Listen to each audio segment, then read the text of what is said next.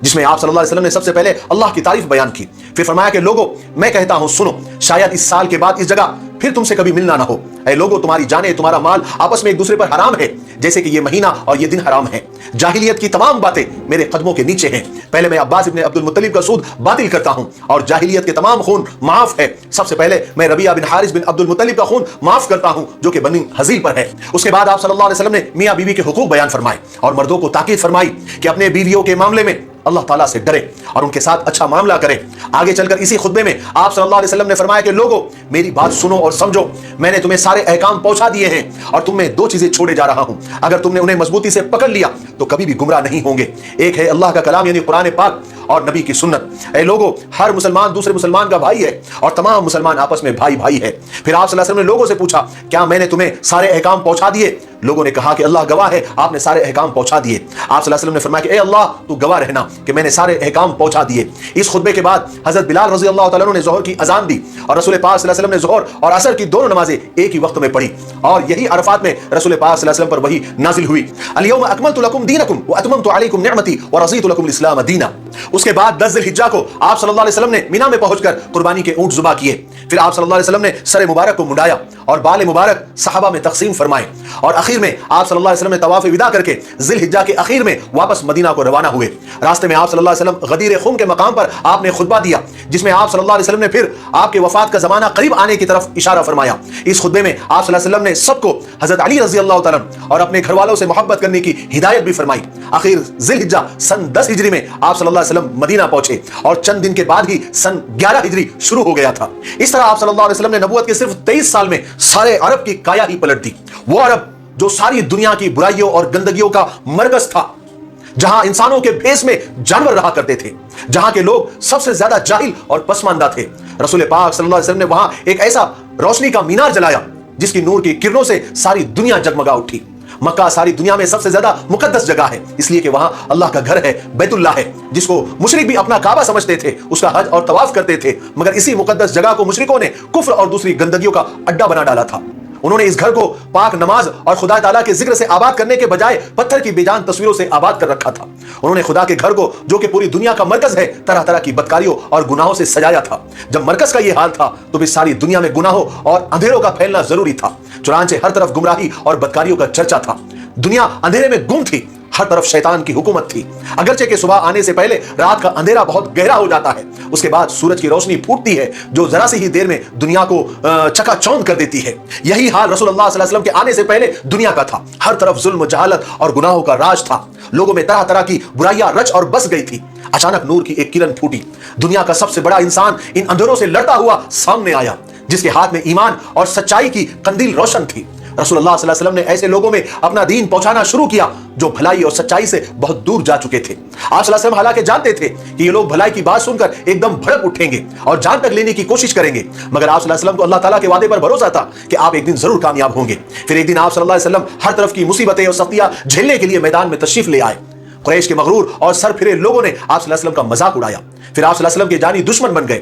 آپ صلی اللہ علیہ وسلم کو گالیاں دی، آپ پر پتھر برسائے، آپ کے راستوں میں کانٹے بچھائے، مگر ان سب باتوں کے جواب میں آپ صلی اللہ علیہ وسلم صرف ایک ہی بات کہتے تھے، لا الہ الا اللہ محمد الرسول اللہ صلی اللہ علیہ وسلم.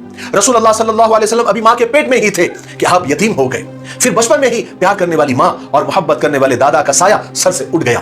اسی بے کسی بے بسی کے ساتھ آپ کی زندگی شروع ہوئی. مگر جب آپ صلی اللہ علیہ وسلم کی وفات ہوئی تو آپ گویا سارے عرب کے بادشاہ تھے. بڑے بڑے بادشاہوں نے آپ کے سامنے سر جھکا دیا اور بڑے فخر کے ساتھ آپ کی امت میں شامل ہوئے. مگر ان سب کے ہوتے ہوئے بھی آپ صلی اللہ علیہ وسلم کی زندگی بے حد سادہ اور غریب آدمیوں جیسی تھی. آپ صلی اللہ علیہ وسلم کے کھانے میں اکثر جو کی روٹی ہوتی تھی، مگر یہ جو کی روٹی ہوتی تھی یہ 2-3 دن تک پیٹ بھر کر بھی نہ ملتی تھی. اکثر آپ صلی اللہ علیہ وسلم کے پاس اتنے پیسے بھی نہیں ہوتے تھے کہ آپ گھر میں کھانا پکوا سکے. بعض دفعہ مہینوں اور ہفتوں آپ صلی اللہ علیہ وسلم کے گھر میں چولہا تک نہیں جلتا تھا. صرف پانی اور کھجور پر گزارا ہوتا تھا. آپ صلی اللہ علیہ وسلم نے کبھی کھانے کو برا نہیں کہا، بلکہ جو موجود ہوتا تھا وہ کھا لیتے تھے اور اللہ کا شکر ادا فرماتے تھے، اور جو پسند نہیں ہوتا تھا صرف ہاتھ روک لیتے تھے. دنیا کے کاموں میں بھی آپ نے کبھی خود کو دوسروں سے بڑھ کر نہیں سمجھا، بلکہ دوسروں کے ساتھ آپ صلی اللہ علیہ وسلم خود بھی کاموں میں لگ جاتے تھے. مدینہ میں جب مسجد نبوی بنائی جا رہی تھی تو آپ صلی اللہ علیہ وسلم بھی عام آدمیوں کی طرح گارا اور مٹی لا کر دیا کرتے تھے. اسی طرح غزوہ احزاب میں جب خندق کھودی جا رہی تھی تو آپ صلی اللہ علیہ وسلم بھی سب کے ساتھ کھدائی کے کام میں لگے ہوئے تھے. آپ صلی اللہ علیہ وسلم اپنا کام خود اپنے ہاتھ سے کیا کرتے تھے. آپ صلی اللہ علیہ وسلم اپنے جوتے مبارک خود سیتے تھے. اسی طرح آپ اپنی بکریوں کا دودھ بھی خود دھوتے تھے. آپ صلی اللہ علیہ وسلم کا بستر مبارک ٹاٹ کا تھا جس کو دوہرا کر بچھا لیا جاتا تھا. ایک مرتبہ ایک انصاری عورت نے آپ کا معمولی بستر دیکھا تو اسے بڑا خیال ہوا کہ رسول اللہ صلی اللہ علیہ وسلم اتنے معمولی بستر پر سوتے ہیں. وہ فوراً اپنے گھر گئی اور حضور پاک صلی اللہ علیہ وسلم کے لیے اچھا بچھونا لے کر آئی. جب آپ صلی اللہ علیہ وسلم نے انصاری عورت کے لائے ہوئے بستر کو دیکھا تو آپ نے فرمایا کہ اسے واپس کر دو. خدا کی قسم اگر میں چاہوں تو اللہ تعالیٰ میرے لیے سونے چاندی کے پہاڑ کھڑے کر دے, مگر میں ایسا نہیں چاہتا. ایک مرتبہ ام المومنین حضرت حفصہ رضی اللہ تعالیٰ ٹاٹ کا ٹکڑا جو آپ کا بستر تھا جو دوہرا کرنے کے بجائے آپ نے اس کی 4 تہہ کر دی, یعنی 4 مرتبہ اس کو پلٹ دیا تاکہ آپ صلی اللہ علیہ وسلم کو زیادہ آرام ملے. صبح کو رسول اللہ صلی اللہ علیہ وسلم نے حضرت حفصہ سے پوچھا کہ میرے لیے کل رات تم نے کیا بچھایا تھا؟ انہوں نے بتلایا کہ وہی ٹاٹ کا ٹکڑا بچھایا تھا مگر اس کی 4 گھڑیاں کر دی تھی, 4 تہہ کر دی تھی تاکہ آپ کو زیادہ آرام ملے. آپ صلی اللہ علیہ وسلم نے فرمایا کہ اسے ویسا ہی کر دو جیسا وہ تھا, آج اس نے مجھے رات کی نماز سے روک لیا. رسول اللہ صلی اللہ علیہ وسلم اپنے صحابہ کے ساتھ بے حد محبت اور مہربانی سے پیش آتے تھے. جب کسی سے ملتے تو ہمیشہ سلام میں پہل کیا کرتے تھے. صحابہ میں سے جب کوئی بیمار ہو جاتا تھا تو آپ صلی اللہ علیہ وسلم طبیعت پوچھنے خود تشریف لے جاتے تھے, اور آپ صلی اللہ علیہ وسلم کبھی کسی کی بات کو نہیں کاٹتے تھے. جب دوسری کی بات پوری ہو جاتی تھی تب آپ بولتے تھے, اور کسی کی کوئی بات اگر آپ کو ناپسند ہوتی تھی تو آپ اس کو اس طرح سے منع نہیں کرتے تھے جس سے اس کو شرمندگی ہو, بلکہ آپ ہمیشہ یوں فرماتے تھے کہ لوگوں کو کیا ہو گیا ہے کہ وہ ایسا کہتے ہیں. آپ صلی اللہ علیہ وسلم کبھی کسی کو نام لے کر نہیں کہتے تھے بلکہ یہ فرماتے تھے کہ فلاں آدمی کو کیا ہو گیا ہے کہ وہ ایسا کہتا ہے. رسول پاک صلی اللہ علیہ وسلم جب مجلس میں تشریف لاتے تھے تو لوگ تعظیم میں کھڑے ہو جاتے تھے تو آپ ان کو روک دیتے تھے اور فرماتے تھے کہ اس طرح میرے لیے کھڑا مت ہوا کرو جس طرح اجمی ایک دوسرے کی تعظیم میں کھڑے ہوتے ہیں.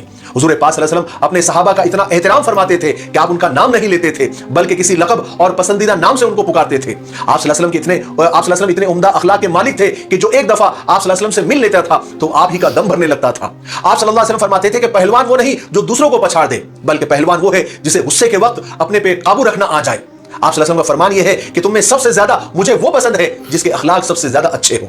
آپ صلی اللہ علیہ وسلم اپنے غلاموں اپنے باندیوں سے اتنی زیادہ محبت اور اتنے زیادہ عزت سے ان کے ساتھ پیش آتے تھے کہ معلوم ہوتا تھا کہ وہ آپ کے غلام نہیں بلکہ رشتہ دار ہیں.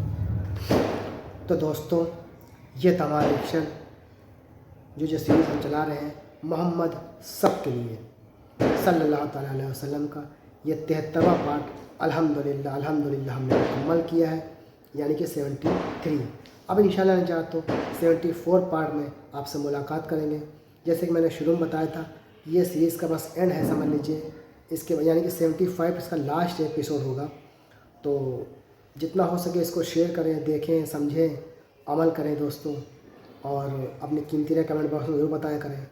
ہم آپ سے ملیں گے اب نیکسٹ ویڈیو میں. تب تک کے لیے السلام علیکم ورحمۃ اللہ وبرکاتہ.